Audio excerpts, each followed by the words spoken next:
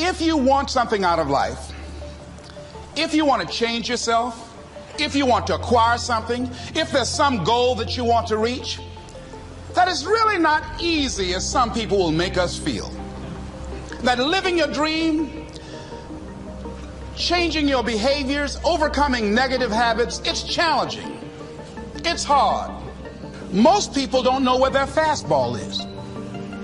Most people go through life never discovering what their talents are. Most people never develop their talents.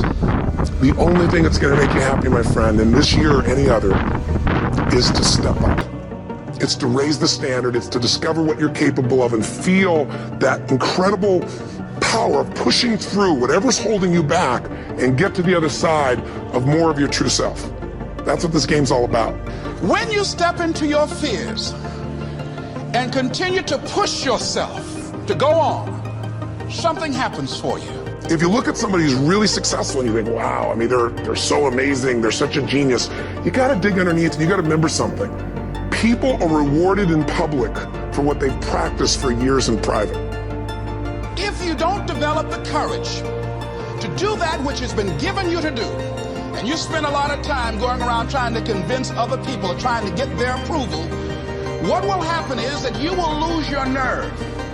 And other people will convince you that what you're doing doesn't have any value, and you'll give up on your dream. How much time do you have left? How much time do you have left? When you start thinking about that, we don't know. Most of us don't use the stuff that we have brought into the universe. Stop wasting valuable time. If you want something, you have got to be relentless. You've got to learn how to become resourceful. You've got to learn how to become creative. Power to hold on in spite of everything. The power to endure. This is the winner's quality. What this power is, I cannot say. All I know is that it exists, and it becomes available only when a man or a woman is in that state of mind in which he or she knows exactly what he or she wants and is fully determined not to quit until they find it. There's greatness in you, and you've got to learn how to tune out the critics outside and the critic inside. And since I'm going to do this, I'm going to harness my will, and I'm not going to let anything stop me. I deserve this. Most people won't do that. Most people give up on themselves easily. You know the human spirit is powerful. There's nothing as powerful. It's hard to kill the human spirit. Live your life with passion, with some drive. Decide that you're going to push yourself. You've got to focus on you. And as you convince you, as you sell yourself every day, you will begin to see a difference in the things that you're doing. Selling yourself on your ability to perform a job, to achieve a certain objective. Telling yourself every day, here I go again, and I got what it takes. This is my day, and nothing out here is going to stop me. Have agonized over making a decision. Some decisions are major decisions. And also there are a lot of small decisions that we don't make, that they tax our minds, they drain our energy, they create a lot of anxiety and nervousness and mental torment because we don't take care of it. We decide not to decide, which is a decision. Deciding to decide, to act, is a major challenge for all of us at different points in different areas of our lives. And there are things that happen to us along the way, experiences that we have that prevent us from working through the mental block of acting, of doing those things that we know we ought to do. And so what I want you to think about is, what is there that you know you need to do, that you want to do this, but for some reason or another, you've been holding back. For some reason or another, you just have not been able to gather your nerves or be able to work through the procrastinating or putting it off or justifying or blaming. Some reason or another, you just haven't done it. And you know you ought to do this. You really want to do this, but you don't know why you haven't done it. Anybody know what I'm talking about? Raise your hand, please. Okay, then I've got company here this evening. I'm not talking to myself. Now, first of all, we know that this is not easy. Because in order to begin to reinvent your life, you've got to make a conscious, deliberate, determined effort. That you really have got to put all of yourself into it. It's very challenging to act, to do those things. There are times when you're looking at it and you say, I know I need to do this, but I don't feel like it. I don't want to do it. I know I need to do it, yet leave me alone. No. I don't want to do it. So what do? What are those things that cause us to do like that? I think that among the things that prevent us from acting is the fear of failure. And if you've already failed, you don't want to fail again. The pain of that, the disappointment, the fear of loss is another thing. Because many times when we do those things that we know we need to do, we feel that we might lose somebody that we love very much and care about. We don't want to hurt anybody. Many of us don't act because we want other people's approval. We want everybody to like us and to accept us. And that's not possible. Many of us don't do the things that we want to do and don't act because of lack of self-confidence. We don't believe enough in ourselves. I have a friend who's been working on a job where she's miserable, talented, want to go to another place that she can do what she wants to do and make the kind of money that she would like to make, and had some offers. But because of her fear and her lack of self-confidence of things might not work out, she won't take a chance on herself. So there she is spending 8 hours a day, 5 days a week, and she's miserable. She hates to go to work. They're not paying her what she's worth. She knows it, but yet and still, she won't do that which she knows she must do, and it's wearing her out. There are a lot of people that their jobs are making them sick because they won't act. You check out the absenteeism and the people that are depressed. You see them coming to work angry. How you doing? I don't know. Just leave me alone. It's not even 9 o'clock yet. You're talking about good morning.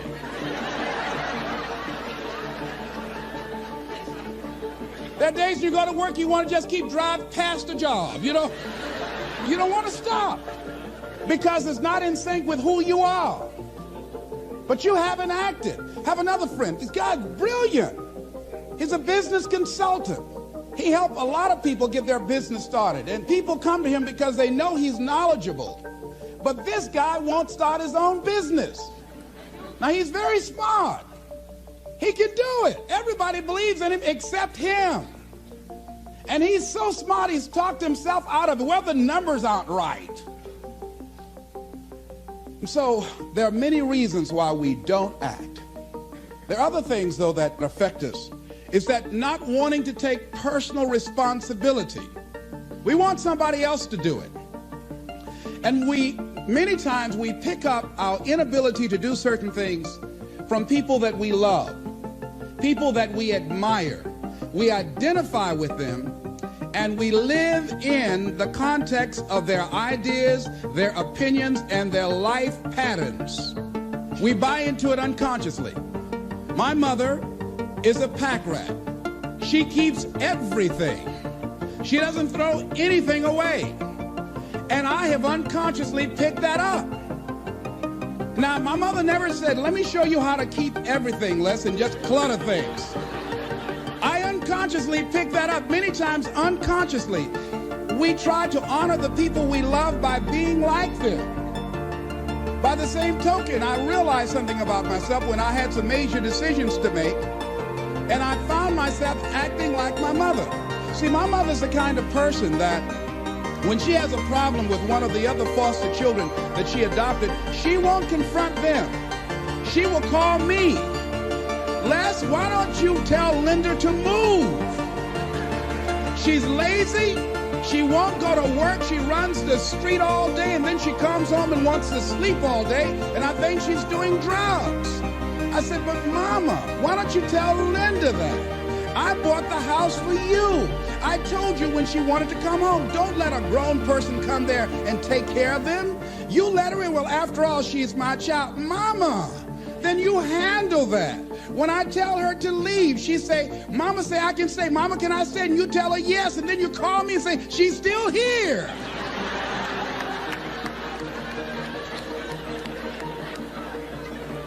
Why worry me with this? So Mama hasn't developed the courage to act on that. Some people won't act until there's a crisis situation. When Linda started stealing from Mama and took her Social Security check to get some drugs, Mama got some courage to say, get out of here and don't ever come back. But she wouldn't do it until then. And see, we don't have to wait until a crisis situation. I have a friend that has been having a challenge with losing weight. Both of us have been dealing with that challenge. And for the past 40 years, he's always seemed like weighed over 235 pounds. And so he said, man, I just can't lose weight. I'm big boned. I said, Bud, I've never seen any fat skeletons.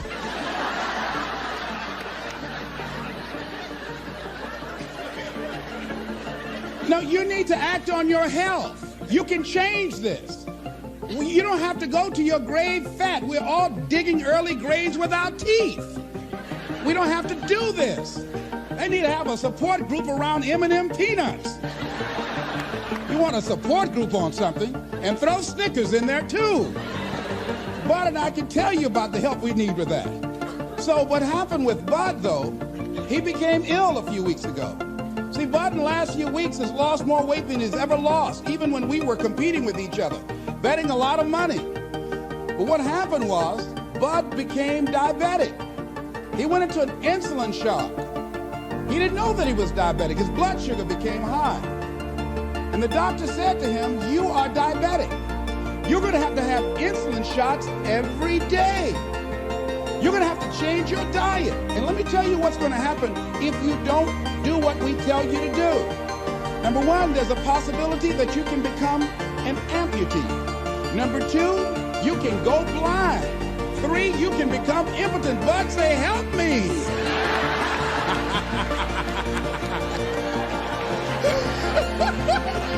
Like those guys with Paul, when Paul broke out of jail, those guys say, tell me what I must do to be saved. Bud wanted to be saved. I said, Bud, you want one of my peanut butter and jelly sandwiches? No. I said, Bud, I can't believe you're eating vegetables, man. You're exercising. He said, that's right, and jogging in place too. Now, he had the ability to do it before, but there's some people, it takes that kind of crisis to bring them into reality in order for them to act in their own best interest. Some people have to hit rock bottom in order to rise. I don't know why.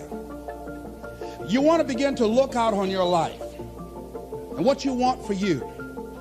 And I think that when we begin to focus in the area of what does it take for us to act, I think we can say events can inspire us to act, like that particular event in his life. Circumstances.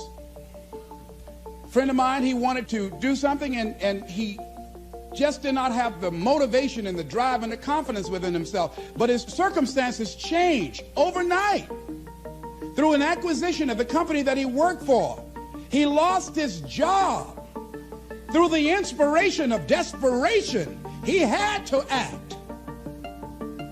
See, life also are things that can inspire us to act. See, we don't have the courage, and that's what it takes, courage. It takes guts to do that which you know you need to do. If you don't have the courage to act, life many times will move on you and make you act. Life will whoop your butt so bad.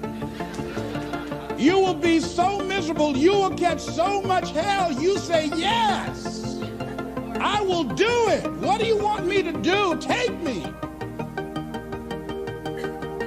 A friend of mine said, I can't stop smoking. I can't stop smoking. Doctor said, Sam Axelrod, you have emphysema. Sam never picked up another cigarette. I said, look at those stupid people smoking. Sam, you did it for 35 years. How can you talk about people? Well, I was different. I'm trying to help them.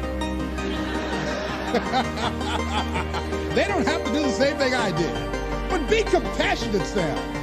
Isn't it interesting how quickly we forget? So I'm saying that look at something in your life. It might be just writing a letter to somebody to say thank you. It might be just to apologize to somebody. I had a confrontation in the Penobscot building with the security guard there. He responded to me what I perceived as a negative way, and he and I engaged in an argument. I did not like the way I handled that. I avoided going through the front door for a long time because I didn't want to face him. Finally, I decided to act, and I went up to him and said, I want to apologize to you for the way in which I handled this argument we had the other day. I was wrong. I hope you accept my apology. He said, I do. And I said, thank you very much. I felt relieved. Now, when you decide to act, it's not always going to be like that. A friend of mine did some work for me. It was below par, to say the least.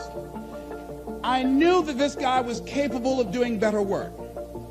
I knew that he also had a fragile ego. So I was trying to think of what is the most sensitive way in which I can share this information with him. Because I wanted him to do my work over. I was going to pay him for what he did. But I needed my work done right. But I was afraid that I would hurt his feelings. I was very, very meticulous in how I approached him. And I said, let me share this with you. You know I care about you.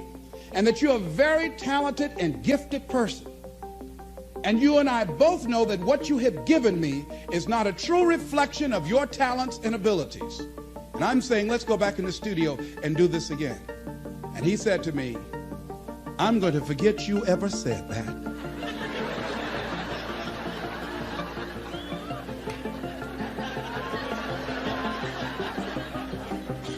I was wiped out. He never spoke to me again. Now, when you decide to act, you're going to have some people like that. We're no longer friends. I lost sleep over that, ladies and gentlemen. I said, I can't believe that. I remember sitting up one night looking at the phone. I said, I got to call him. He said, no. And I said, no, forget that. I called, man, look here, we've been knowing each other for too long to allow this to come between us. He said, don't call me anymore. And hung up. And then I wanted to think about what can I do to make it up to him? And then something came to me, less. What do you have to prove? See, many things we don't do is because of the fact we want people to like us. There's some necessary losses in life. When you decide acting in your best interest, you're going to lose some friends. Everybody's not going to approve of you. There's some people that won't like you. Who do you think you are? You're arrogant. What do you think you can do? You think you can get away with that? You're selfish. Thanks, I got that. It's my life. And so what I'm saying to you is that as you begin to look out on your life, this is challenging. This is not easy acting. So what are the things that we can begin to do to harness our will? Number one, you've got to bring it out and look at it. You've got to take the power out of it. You've got to expose it to the truth. And the truth is that it has no power over you. So write down something you want to act on, but for some reason that you've been holding back, and look at it. The next thing is, ask yourself the question, is it helping you to continue to put it off? If it's an asset for you to continue to procrastinate, then continue to do that. But if it's a liability for you, if it's causing you some mental and some emotional challenges, or perhaps a financial problem, look at that. Examine that for what it is. Next step, ask yourself, what's blocking you? What's preventing you from acting? Why don't you have the courage to handle that? Why won't you face that? What are you running away from? What kind of avoidance behavior are you engaged in? Next is, what is the worst thing that can happen when you take action? So I looked at that, and I said, what's the worst thing can happen when I tell him this? He can say, I don't like you, and he did. Now what happened? I experienced that. I looked at that. I saw that. And guess what, ladies and gentlemen? I didn't die. My feelings were hurt a little bit. I lost some sleep about it, and sometimes I think about it when I drive past his house, but I'm still here. It's uncomfortable, but it's okay. It doesn't bother me anymore. I've gotten used to it now.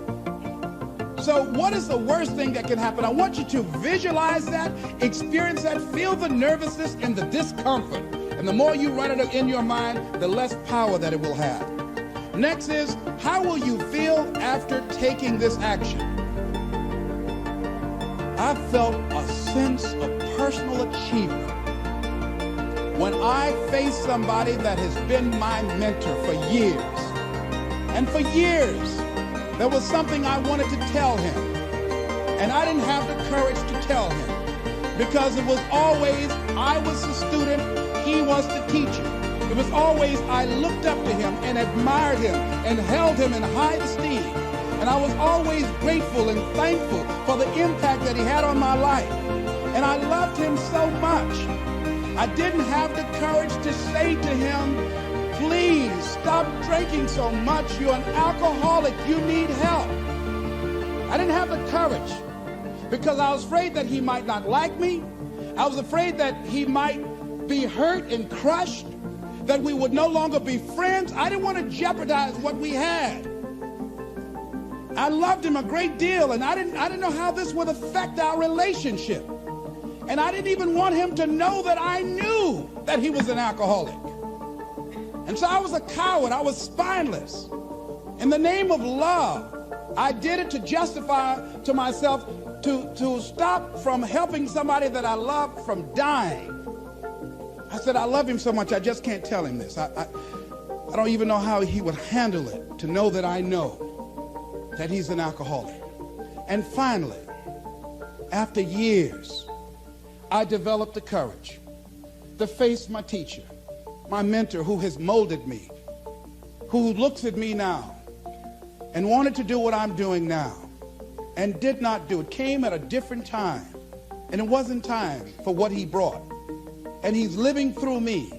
And I had to face this man who's been like a father to me. He said, I got to tell you something. You've got a problem. I love you very much. Please stop drinking. You're killing yourself. It's not just social. You do it every day. You need help. And whatever I can do to support you in that, I will. Please stop. And he looked at me, and I had no idea how he was going to handle that. And first there was like, I dare you. And we just looked at each other. And then I reached out to embrace him. And we've never, ever embraced men, macho, never hugged him. I hugged him, and he just stood there with his arms straight. He couldn't raise his arms to hug me back. And he was shocked. And after he got over the initial shock, when he could bring himself to speak, to maintain his composure, because he could never afford to let me, his student, see him wrong or admit that I was wrong. He said, I'll be sorry. I said, yes, sir. I said, tell your wife I'll be by the house to see you all before I leave. When he walked away, at first I was very depressed about it. And I said, well, maybe it wasn't my place to do this. And when you act, you're going to have some second thoughts. Then I said, no. I did what I felt. I did it because I feel very strongly about this. And fortunately, he called me back a few weeks later and left word with the answering service. Leslie Brown, I just want to say thank you. And hung up. That was a good feeling. When we look out on our lives, you ask the question, what are you going to do? Look at, as you think about this that you know you need to handle, what are you going to do? And then write down 3 strong reasons on why you know you must take action. and be explicit and descriptive in your reasons, because your reasons have power. Your reasons will drive you. When you have doubt, when your faith becomes weak, your reasons will fortify your faith. When you have an inner conversation, say, no, don't do that. Your reasons will become your rod and your staff to comfort you, to take you through those challenging moments. So write down your reasons. And what you will find, that when you decide to act, when you decide to take life on, and let me warn you, it can be painful, it will be uncomfortable, and that's where the growth is.